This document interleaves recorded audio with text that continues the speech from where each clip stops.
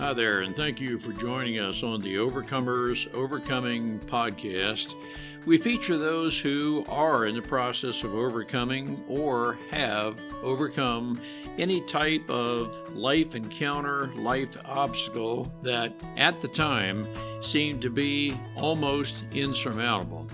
With this podcast, we have three objectives in mind. Our first objective is we want you to know with a confident resolve you are not alone. We want to work with you. We want you to know there are others who are working with you, who want to help you through whatever you are encountering, and together we will get through whatever you're experiencing. Our second objective is there are multiple options for any life encounter you are facing. We want to help you develop a resolve that there are various options and solutions to any life dilemma. Our third objective is to help you with critical thinking skills. If you're encountering something that was possibly a decision you made sometime in the past, and if you had the opportunity for a life redo, you would make a different decision. We want to help you with those critical thinking skills that can help you make an informed decision and not encounter what you're going through at the moment. We are the Cooper Culture, a veteran-owned business. We work with business personnel and families to develop and sustain connected relationship cultures within their families and organizations. That type organization is one where people feel wanted, appreciated, and genuinely a part of that organization. I'm with my wife and business partner, Marty, who has helped me facilitate this podcast. Today we feature Barb Nangle for a second episode where she discusses boundaries, and it's in the context of safe space for her. It's a matter of transforming her life from what used to be, and she describes her upbringing, her family culture as one where she was brought up that it's okay to gossip, it's okay to do different things. Over a period of time, she overcame that, and through the 12-step process, as she describes, she has pretty much successfully, but it's a life journey that she's learning how to think positively when in fact much of her life was very negative thinking. It's very insightful insights from Barb. Marty, what are some takeaways our listeners can gain from Barb? Barb was really good today and so informative of how you can let certain negative thoughts, negative things, rabbit trails and like that. She called it the self-containment, and that's what's going on in your brain that you're thinking that's not right. It's all negative, just all negative. And how she worked her way through that, like you said, the 12-step recovery process. It's a great opportunity to learn from her, through her, just how she has overcome most of, but she acknowledges not all of her negativity, and how she's living a much better fruitful life. Let's listen and learn together. Barb, it's great to have you back for another episode. Our listeners are going to be very interested in learning your perspective of boundaries. Mm-hmm. And I think of boundaries as you're not going to go beyond this point to maybe diminish me, demoralize me, make me think less of myself, whatever the term might be. That's my view of boundaries in this context. Barb, our listeners are going to be very interested in knowing how you arrived at the point of being able to, if I could use the term, speak the resolve. Mm-hmm. And I really mean when I say you, as if you were speaking, I really mean when I say you are not going to allow me to be diminished or anything like that. Barb, it's great to have you back with us. Yeah, thank you so much. I really appreciate you both, Ron and Mary, for inviting me back. And I think the way that I think about it, what you're talking about is a subset of boundaries. Those are probably the most difficult boundaries, but the vast majority of boundaries are not things where you're having a conversation with someone where you're not going to treat me that way. There's so much more that comes before that. I know that for me personally, I found that the boundaries that I call boundaries of self-containment had the biggest impact on me. So these are things I either need to contain or stop doing entirely. And they had the biggest impact on me because they're not anything anyone else can do. So some of those, all of those boundaries of self-containment are internal boundaries that only I can do something about, but some of them only affect me personally, and other people might even not even know they're going on, and some of them affect other people externally. So if you don't mind, I'd like to start with that and then get into addressing your question. Is that No, okay? oh, that is certainly Yeah. fine. Yeah. Because what I'm interpreting you're saying, and it certainly always correct me if I'm not interpreting Mhm. correctly. Your identity is involved in this, Mhm. and Absolutely. you Absolutely. Yeah. need to know exactly who you Mhm. are. Mhm. And okay, well, that's great. Mhm. Yeah. Yeah, precisely. And I think I'm really glad you used the word identity because that's yet another way that I talk about boundaries is I think of it as, and for people who are looking at me visually, you can see, I think of my boundaries as me determining the boundaries of Barb. So what I'm doing visually is kind of taking my hands and putting them along the outline of who I am. Where does Barb end and other people begin? What is my real identity? Because I didn't know what was okay and not okay with me. I didn't know what I liked, wanted, needed, and preferred. And I'm pretty sure I spoke about that in the last episode, so I won't go into detail about that. But the process of building boundaries is a process. You don't flip a switch. You start and then you make mistakes and then you learn from them. And it's just like any human change behavior. You know, you start to learn that something is possible. You can't imagine how you're ever going to be able to do it. And then you try it and maybe you succeed and maybe you fail and you stumble and it's one step at a time. And sometimes you take a couple of steps backwards. But these boundaries of self-containment that I just mentioned, so they're all internal. In other words, no one else can do anything about them. So one example, and probably the most impactful boundaries of self-containment for me were stopping ruminating and stopping catastrophizing because I didn't even realize until I got into 12-step recovery, which is where I learned to build boundaries, that I had all this negativity going on. I've always thought of myself as a very positive, optimistic person. I always felt like a powerful woman of agency. And I got in recovery and I realized I literally have these conversations in my head where I'm going to say this and then she's going to say that and then I'm going to say this and like it turned into a catastrophe. Or I would try to think of all the worst case scenarios and what I was going to do about them. And so once I saw that was going on, I needed to contain that and ultimately stop doing that. And here's why, because what I also didn't know is when I'm constantly in my head with all this negativity, my nervous system is on fire. I am basically in fight or flight mode. And the way the human brain is, if you're in fight or flight mode, either your frontal lobe, your prefrontal cortex, where higher order thinking is done, basically gets shut down because the energy normally used for thinking needs to be used for fighting or fleeing. But the reality is your life isn't under threat, but your body and your nervous system are acting as if they are, and you can't think clearly.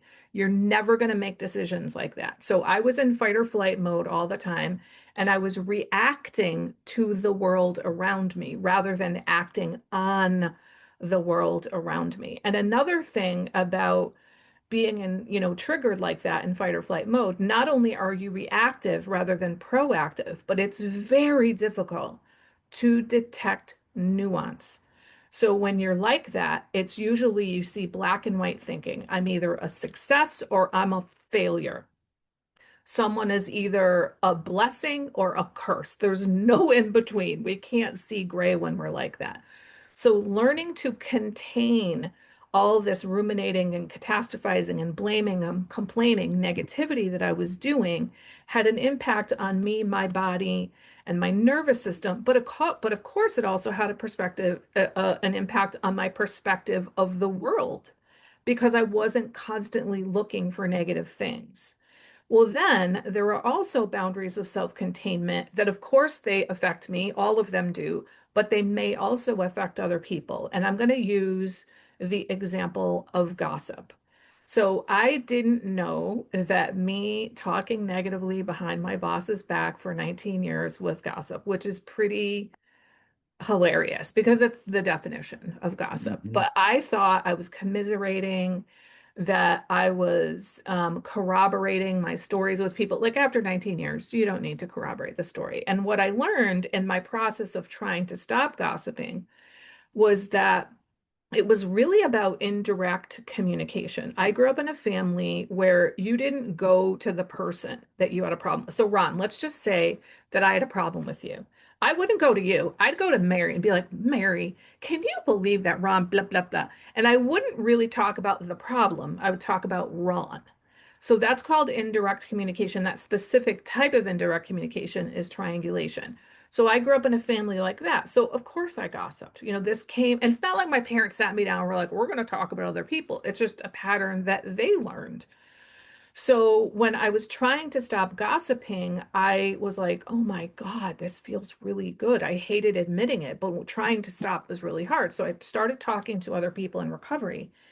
And I said, why does it feel so good? And one person said, well, you get to feel better about yourself. And I was like, okay, I think there's something to that. And then someone else said, you get to blame people for your problems. And I was like, ding, ding, ding, ding. Like that felt like that was it for me. So when I realized I'm complaining about my boss because essentially she was very unreliable in many regards. When I stopped complaining about her, my resentment against her went down by like, I don't know, 90%. I stopped being upset all the time. I stopped spreading the stories about her and creating this culture of negativity around me. And I started to see where I had some agency. So there were things that she was constantly not doing that I just was basically waiting around for her to start doing for 19 years, that I started to see, oh, wait, I could step in here. This is perfectly within my purview, and things changed drastically. So those kind of boundaries, as you can imagine from my stories, are going to have an enormous impact on me. And they don't even involve, well, they do involve other people. The ones that impact the external world, like gossiping, do impact other people, but I don't have to have a conversation with anybody. It's really just what's going on for me. And then, but the process of actually developing those boundaries takes time and effort. And I found that for me, working the 12 steps of recovery with a small group of other women was enormously helpful in this process. I think it was probably a couple years after I had pretty strong boundaries that I realized the importance of the role of these other women, because they were really socially supportive of me. So they were saying things to me like, Barb, you don't need to talk to yourself like that, or, you're making progress. Or one of the things when I was building boundaries that affected other people, they were like, keep your hands away from the keyboard. Like, don't send that email or don't respond to that email. And I don't know if I mentioned this last time, but one of the first boundaries that I was very clear, this is me setting a boundary, was my ex-boyfriend had emailed me. And I decided not to respond. I actually needed the women in my step group to say, just because he emails you doesn't mean you need to open it when you see it. Even when you open it and read it, doesn't mean you need to respond right away. No, I'm not a dumb person, but because of my programming, it was a compulsion for me. I Mhm. couldn't stop myself. And so what I ended up telling myself is, I don't have the psychic space in this moment to even read this message, never mind respond. And it took me some time after that to realize I could actually block him. What I ultimately said to him via text was, I wish you all the best, but I'm not interested in any kind of a relationship. So I blocked him on my phone, and then it took me a long time to even think of blocking him on email. And then I wasn't really into social media. I had Facebook back then and I almost never used it.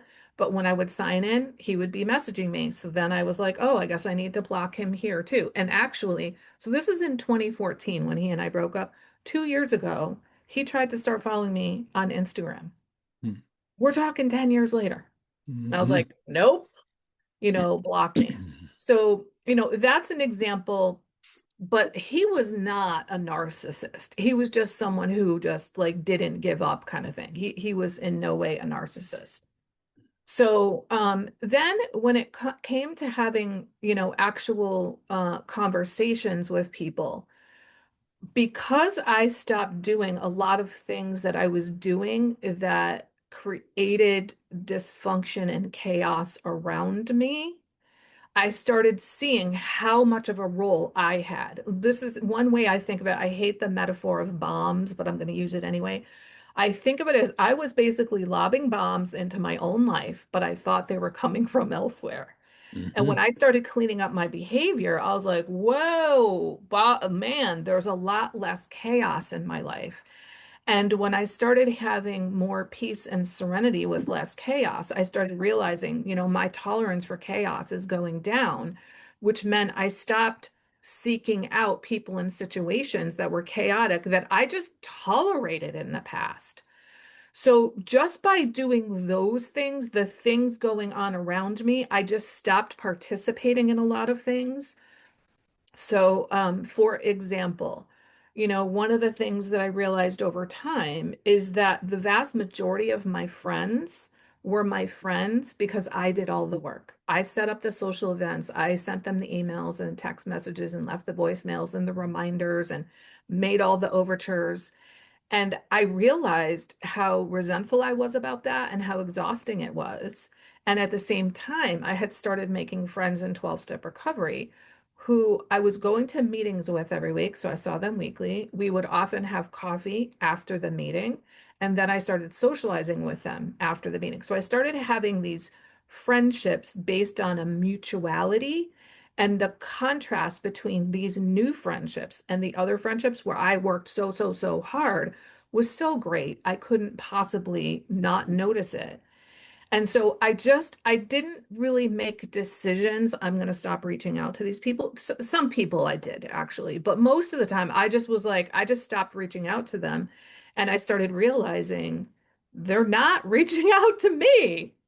And that is painful, but the good result of that is that when the people that I have to work really hard to be in relationship with fade away, the people that are my people that actually want to have a mutual friendship with me where there's approximately mutual effort can actually get to me because the other people are not in the way. So a lot of my boundaries were things that happened slowly over time and there weren't any confrontations. So for me, because I built my boundaries slowly over time and the changes happened over time, I kind of didn't really have to have confrontations. I have worked with many people in recovery and many clients who have had to have confrontations. And I think one of the most important things we can do when we're going to have a very difficult conversation or we're going to set a very difficult boundary is to get the support of other people. It's a technique that I learned in recovery that's called bookending, where you connect with someone before and after. So when Mm-hmm. I learned a technique in recovery, it was really basic. It was like, I need support going to the gym 3 times a week. So can I text you before and after I go to let you know that I went?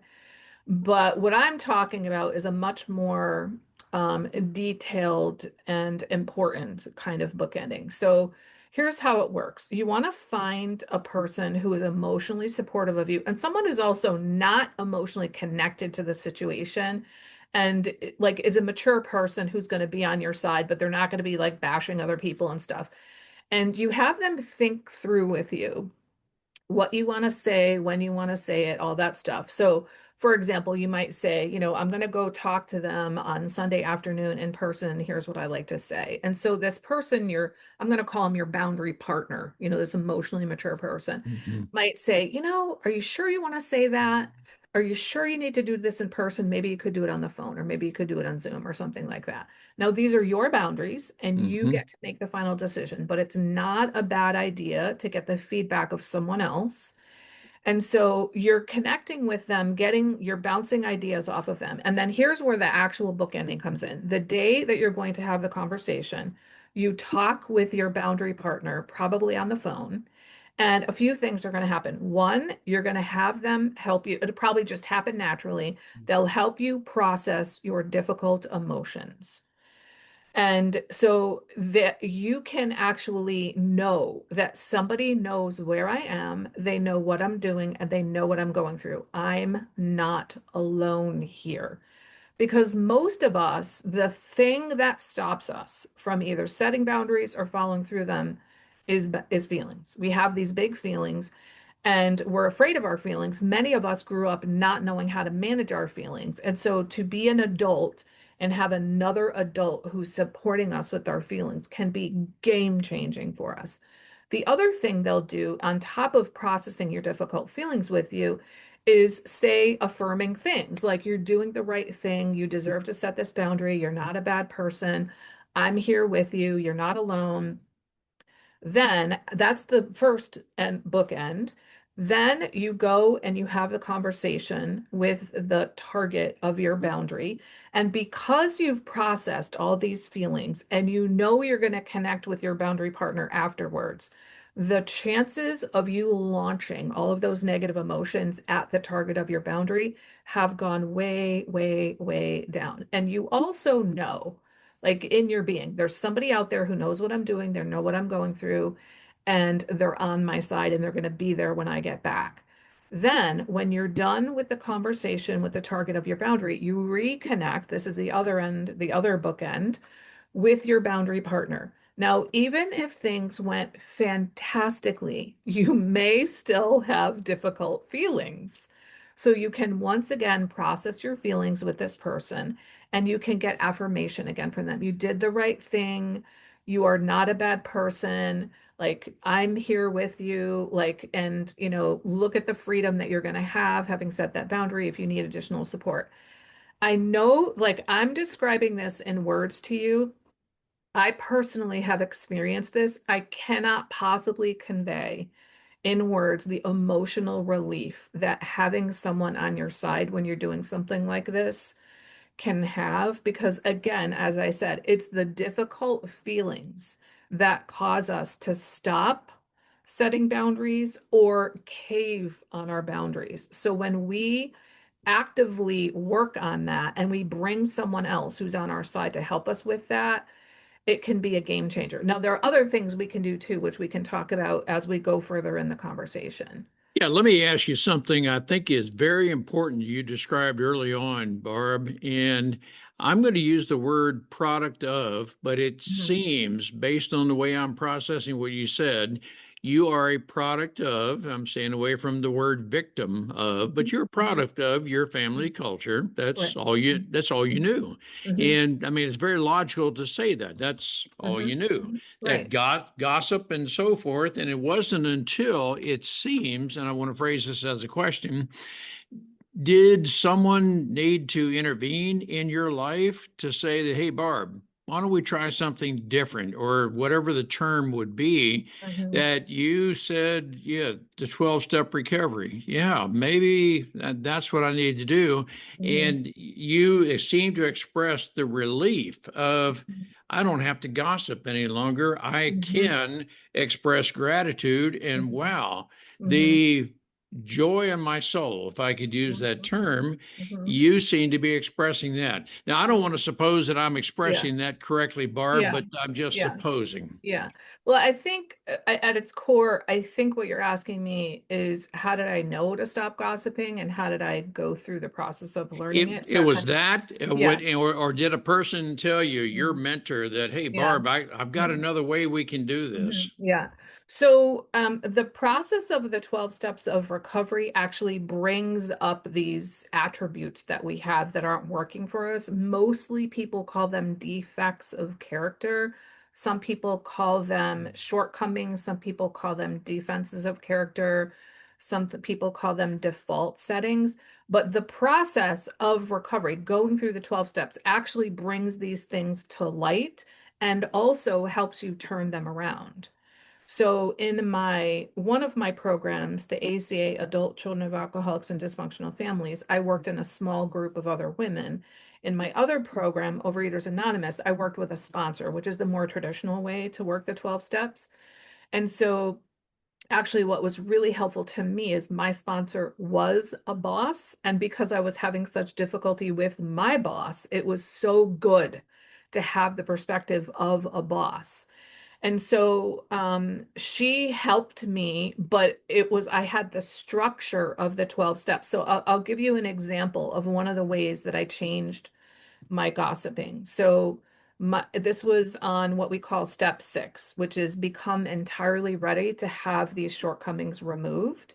So what my sponsor said to me, and I'm just talking about gossip, there were other defects of character too. She said, I want you to write on a piece of paper on the left-hand side 10 examples of situations in which you have gossiped and like what happened.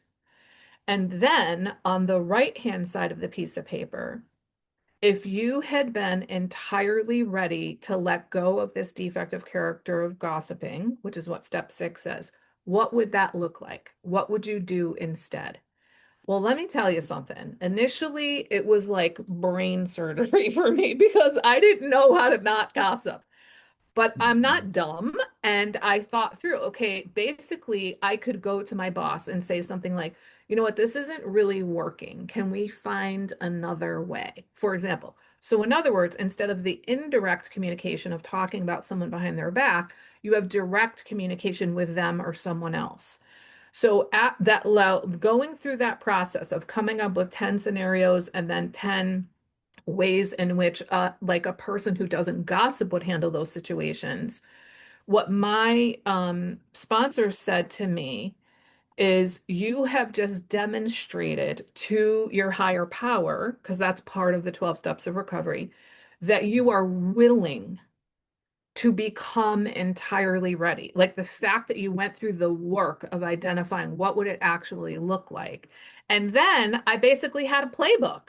Here's 10 scenarios. If anything like this comes up, you already wrote down what you're going to do. So I knew what to do.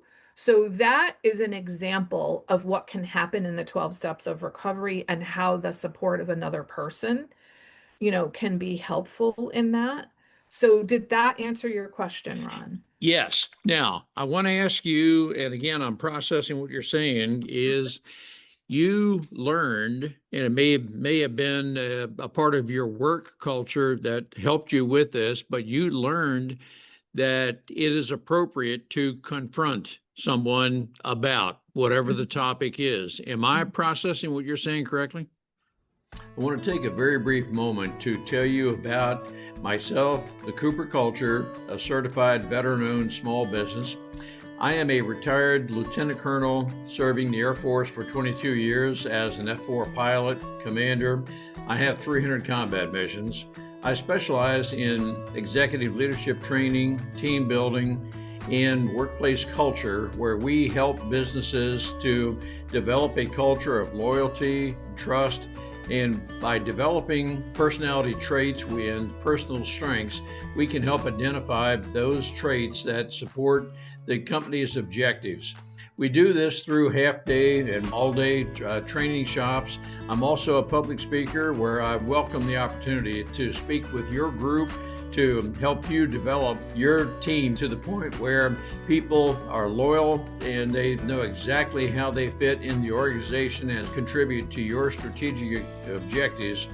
Through that, you will have a very profitable company and a psychologically safe space where people know they can freely discuss everything about the company themselves, and we are always working together to progress. Contact me at ron@thecooperculture.com.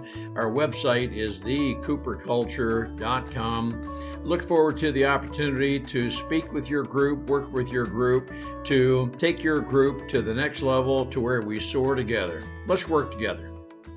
So I'm not going to use the word confront.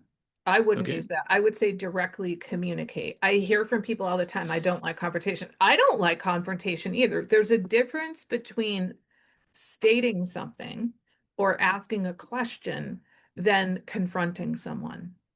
So if I go to my boss and I say, the way that we've been doing this isn't working and it hasn't for a long time. Can we talk about a new way? Does that sound like a confrontation?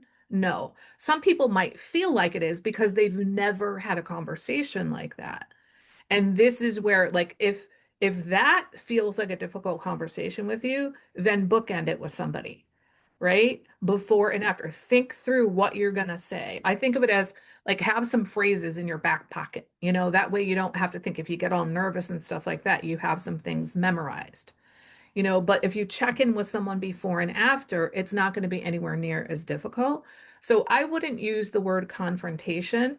It like I just never got to the point where I needed to have confrontations because I was changing my behavior, and when we change our own behavior, we change the dynamics of all of the interactions we have with everyone around us. So things happen slowly for me. And that's what happens when you build boundaries. You start to basically shore up this sense of internal safety, and you start to like I started with setting boundaries with myself first because it's the easiest thing to do. No one else is involved. I still had some feelings, but if I'm going to set boundaries and have feelings come up, I might as well do it in such a way that no one else is involved so that I can process my own feelings. Then I started setting boundaries with people who were relatively easygoing people, the kind of people like, oh, okay, thanks for telling me. And then when I got better at setting boundaries with myself and better at setting boundaries with easygoing people, then I started going to the people who would be more difficult. But by then, I had created this, I had shored up my sense of internal safety, which doesn't mean I feel calm all the time and I never have difficult emotions. It means I know that discomfort doesn't mean danger. And I know that I'm not going to cave in because I'm no longer going to abandon myself when something difficult comes up. So what I mean by that, Ron and Mary, is that in the past, if I said something to you and you pushed back on me, or I thought that you were upset with me, I would have backpedaled and taken it back. Even though I knew the boundary that I set with you was something that mattered to me, that was important to me, or maybe in the job context, it wasn't my job. It wasn't within my purview in my job. I would cave and I would do it. When I have a sense of internal safety, what's happening is I might still feel like uncomfortable or even scared because you're upset with me. But I know that being scared that you're upset with me isn't enough of a reason to abandon my boundary, to abandon myself in what I know is right for me. So when I say abandon myself, it means all kinds of things, but essentially, I don't follow through on taking care of myself. I don't follow through on the thing that I know is right for me because I don't want you to be upset with me because I've made you being upset with me mean something like I'm a bad person or I've done something wrong. I don't cave because I have a feeling of guilt. Just because you feel guilty doesn't mean you've done something wrong. So I heard someone say, it was a therapist, I wish I knew who it was, last year. She said, the level of guilt that you feel when you set boundaries is proportional to how much you abandon yourself. In other words, if you want to stop feeling guilty for setting boundaries, stop abandoning yourself. And I was talking with a client a couple weeks ago, and she has one of her best friends from high school. This woman is in her 50s, so they've been friends for decades. Her best friend is having some really severe mental health issues, and she was in a facility. And my client went to go visit her in the morning, and it was extremely difficult. And she was planning to go back in the afternoon. And she said, so she's telling me a story about the day before. And she said, I felt like I should go back because I'm a helper person. That's what I do. My adult son called me and said, "Hey, mom, can I stop by around this time and maybe we can have dinner together because I need to get this thing from the house and all that." And she was like, "I really didn't want to go see my friend. I knew it wasn't going to be good for me emotionally. I knew it wasn't going to be good for her. And then it's not going to be good for my family because I'm going to be a mess. And then I don't get to see my son. And I really want to see my son." So I finally allowed myself to say, "Okay, I'm going to have dinner with my son." But she was saying to me, "I feel like I'm a terrible person. I'm a helper person, and I didn't go help her." And I said, "Okay, let's take apart what you're telling me. You're telling me that it's not helpful to me to go see her because it's really emotionally difficult. It wasn't going to be helpful to her. It's not going to help my family, and I'm going to miss time with my son. So who are you helping?" Your definition of helping is, I need to go above and beyond the call of duty and help people who don't help themselves. I don't get to be included in the people that I help. I'm not really helping my family. So this definition you have of I'm a helper person is an incredibly distorted and narrow definition of what it means to be helpful. So what we're talking about here, and you used the word identity earlier, Ron, which was perfect for this. Her identity as a helpful person was what was causing her to feel guilty about not going to see her friend. But her identity as a helpful person was a warped identity of what it means to be helpful.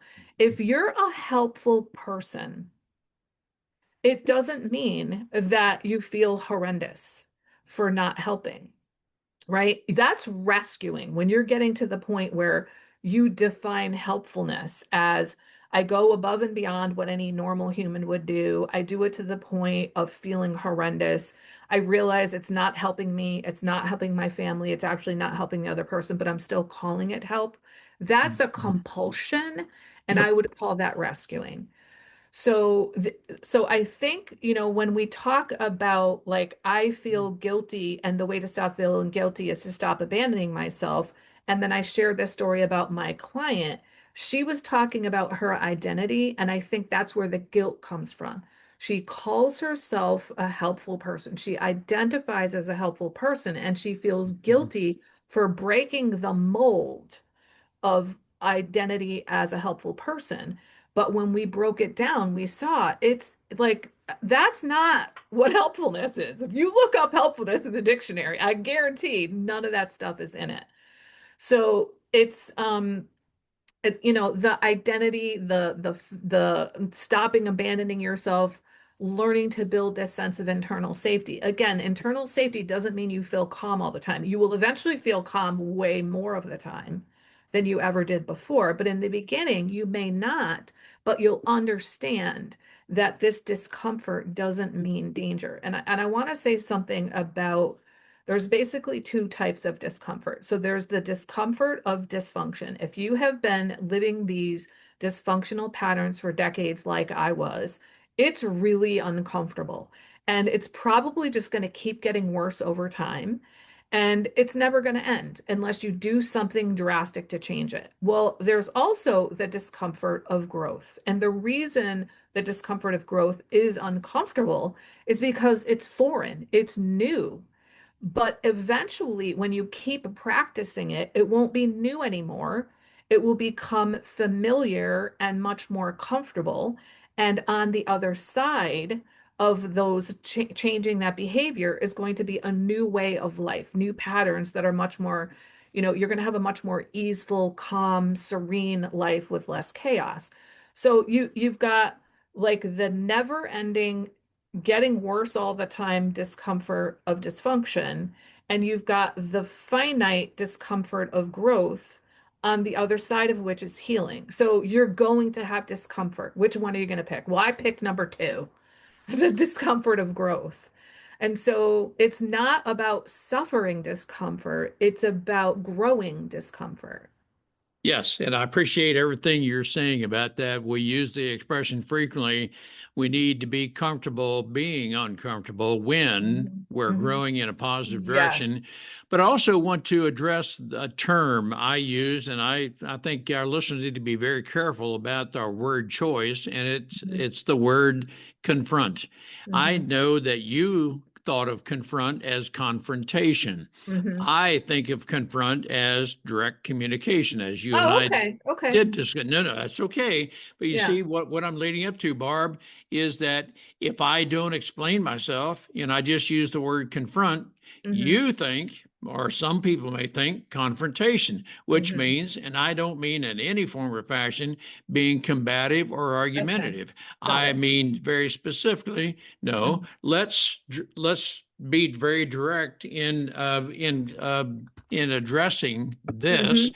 Right. And so rather than use the word confront, I would Mhm. use a different word, which Mhm. means the same thing. It's just Yeah. that I don't want to connote a negative Yeah. thought with Yeah. a word choice because words Yeah. matter, and Yeah. I'm a big believer in that. But Yeah. Barb, as I'm listening to you, and I hope our leaders would do just this, as we listen to you, we choose to adapt our conversation with. Mhm. Just as I said, there may be some words that I could use in some conversations, but it's less Mhm. appropriate to Yeah. use that word in this Yeah. conversation. I'll adapt to you. No, nothing Mhm. negative about that. But Yeah. at any rate, wow, Barb, that is very, very important. That Mhm. now I'm guessing, your life now compared to the way things used to be, you can feel a total emotional Yeah. freedom, or you may Yeah. use a different term, Yeah. but it would seem. Yeah, it's incredible. And as you were describing that about the word confront, Ron, I will say one thing I did have to confront was myself and my own behavior. I had to really look at all the things I'm doing. Now, this is info, not ammo. So this is information for me to learn, integrate, and grow from. It's not ammunition to beat myself up. And even though I've always thought of myself as a positive person, I can see now I was basically scanning the horizon at all times, looking for reasons to beat myself up. But when I got in recovery, we're like, okay, we're not looking for these things as reasons to beat ourselves up. We're looking at them because we can't change what we're not aware of. And what I ultimately realized was it was a blessing for me to see just how many things I was doing to metaphorically lob bombs into my own life. Because if I'm doing things that are making my life difficult, I can actually do something about that. But if everybody around me is really the problem, I'm in trouble because I can't change other people, but I can change me. And what was wild was I was still working at my full-time job and my career at Yale University when I got into recovery my first 2.5 years, and all of these changes were happening. And I saw this ripple effect on my team and my project and my organization. And I remember looking around, going, wait a minute, nobody else is in recovery. I'm the only one in recovery here. What is happening? And this is what I said earlier. When one person changes the dynamics of their interactions, it changes all the interactions around them. And because I had a pivotal role in my workplace, it had an even more profound effect. So the only person that had higher purview on the work we were doing was my boss. Everybody else was either on the program team or the evaluation team. I was on both, and my boss was on both. So I had an impact on both of those groups of people. And it was amazing how much things changed. And here's another thing. Speaking of gossip, this took me a few years to realize. I basically created a culture of expectation in my workplace that we talk about problems, not solutions. We wait Mm-hmm. around for the boss to change. And here's the really sad part. Where I worked, every year we had a crop of pre-doctoral psychology fellows come to the workplace. And every 2 years, we had a crop of postdoctoral psychology fellows. So these are young adults at the beginning of their careers, mostly as clinical psychologists, working with me, none of whom ever said to me, Barb, this is really unhealthy behavior that we're talking and complaining and all this stuff. So I essentially created a culture of expectation where I worked, and then these people went out into the world thinking this is how you handle difficult bosses or people that, and maybe they changed their behavior when they got, elsewhere. But I created this culture of expectation around me. So it didn't just affect me. It didn't just affect my boss. It affected my colleagues and the people that came and went.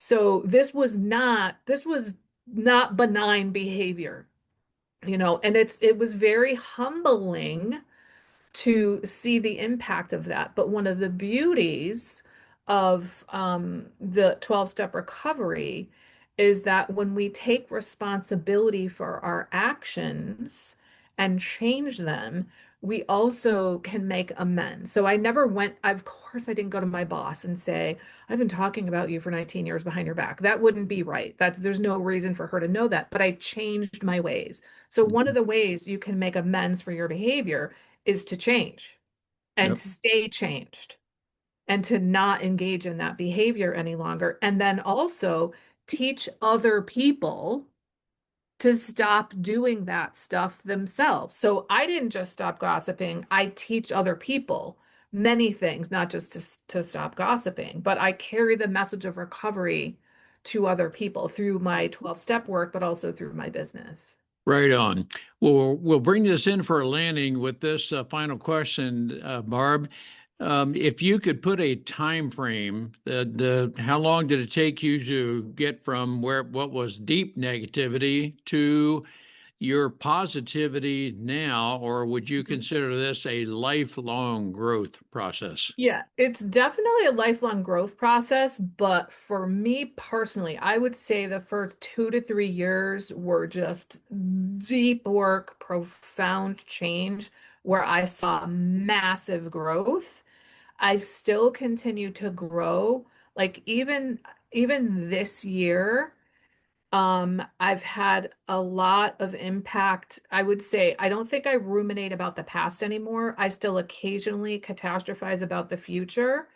That is probably the most difficult thing for me in the world is to not think negatively.